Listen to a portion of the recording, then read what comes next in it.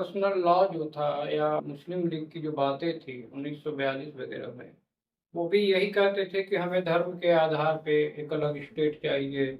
हम बहुसंख्यक से पीड़ित हैं, इसलिए भी हमको एक अलग स्टेट चाहिए।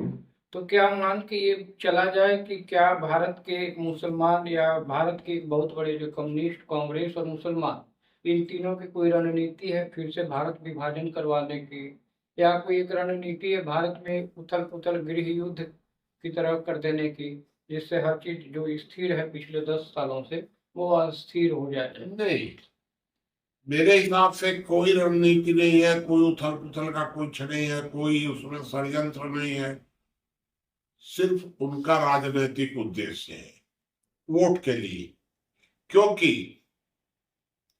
जो मुसलमान हैं उनकी संख्या भारत में करीब करीब 20% है, माने करीब 28-30 करोड़ है आबादी।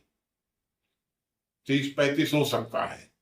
30-35 करोड़ मुसलमान हैं और हिंदुओं की संख्या तो एक है। हिंदुओं की संख्या तो एक से ज्यादा नहीं है इकट्ठी। तो हिंदू तो एक एक हैं, अलग अलग बटे हुए हैं, और वो इकट्ठा में 20-30 करोड़ हैं। स्वाभाविक है कि जिसके पास ताकत होगी, जिसके पास वोट होगा, उधर ही राजनेता झुकेगा। तो राजनेता उधर झुक रहा है। अब प्रश्न ये उठा कि अब धीरे धीरे हिंदू भी उसी तरह, जिस तरह मुसलमान इकट्ठा हुआ, तो हिंदू भी इकट्ठा होने लग गया। और जब हिंदू इकट्ठा होने लग गया तो मोदी जी ने देखा कि अरे छोड़ो, तुम्हारे तुम्हारे पास में 20-30 करोड़ मुसलमान हैं और हमारे हमारे पास तो 60-70 करोड़ हिंदू हो जाएंगे, तो हम क्यों नहीं हिंदुओं को इकट्ठा कर लें। तो मोदी जी ने अपना दांव चल दिया, बस यही तो है। तो इसमें मेरे हिसाब से तो कुछ भी गलत नहीं है। कांग्रेस ने अपने घोषणा पत्र को न्याय पत्र घोषित किया है।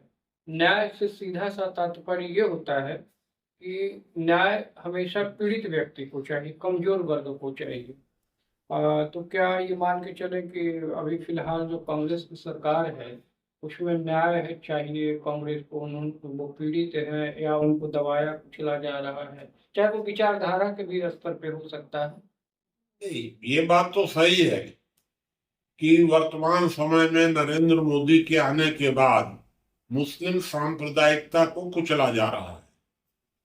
तो अगर इस प्रकार के सांप्रदायिक तत्व यदि न्याय की मांग कर रहे हैं और कांग्रेस उनको आश्वासन देती है कि हम न्याय देंगे, तो अब ये तो अब भारत की आम जनता तय करेगी कि क्या सही है क्या गलत है।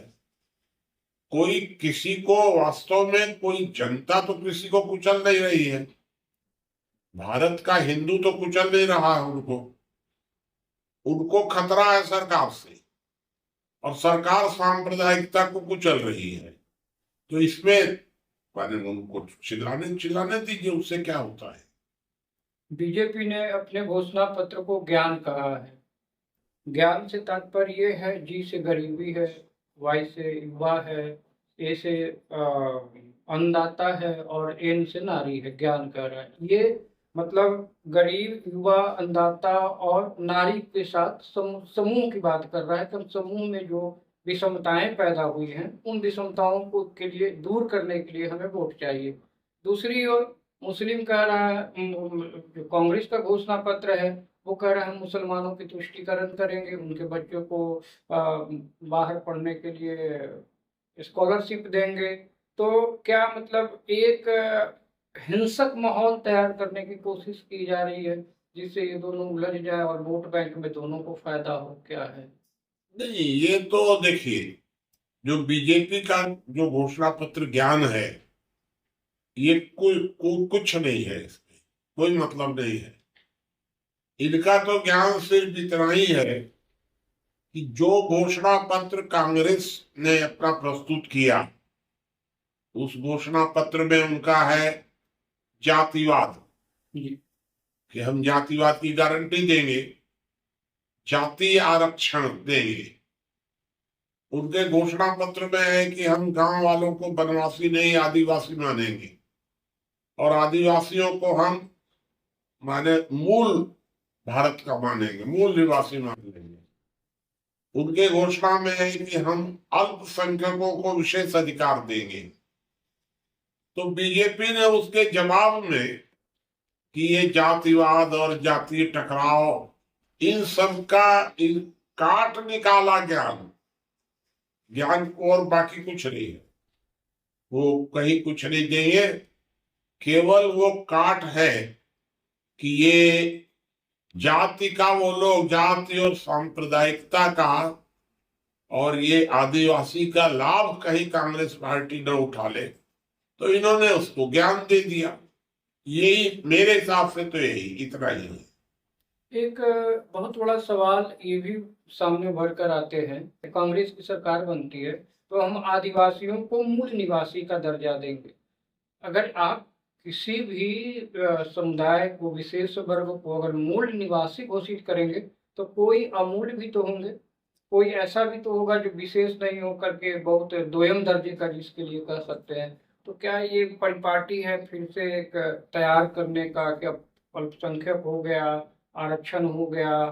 देखिए, बात बिल्कुल स्पष्ट है कि जो भारत की राजनीति चल रही है पिछले 60 साल से, 70 साल से, समझ लीजिए जो भी चल रही है, तो वो अंग्रेजों की जो शासन प्रणाली है उसकी नकल है।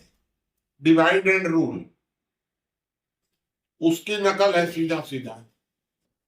तो उनका जो अंग्रेज चाहते थे कि समाज में जात के नाम पर बंटवारा होता रहे, धर्म के नाम पर बंटवारा होता रहे, तो ये जो बंटवारा होता रहे उसकी नकल करके वर्तमान राजनीतिक दल उसी लाइन पर चलना चाह रहे हैं।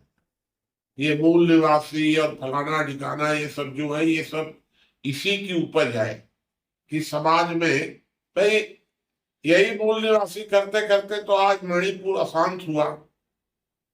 कि ये बहुत गंभीर मसला है कि मूल निवासी अगर कहेंगे तो टकराव पैदा होगा, उससे धीरे धीरे दो गुट बनेंगे और दो गुट बनेंगे तो एक गुट के पीठ पर हाथ रख के हम लाभ उठाएंगे। ये है सारा का सारा झगड़ा।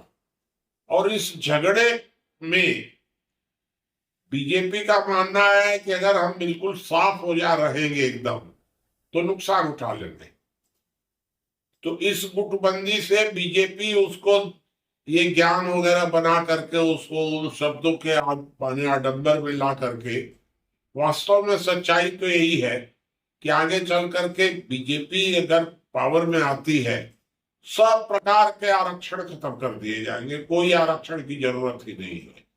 कोई भारत में मूल निवासी नहीं रहेगा, जो भारत का है वो सब भारतीय होंगे।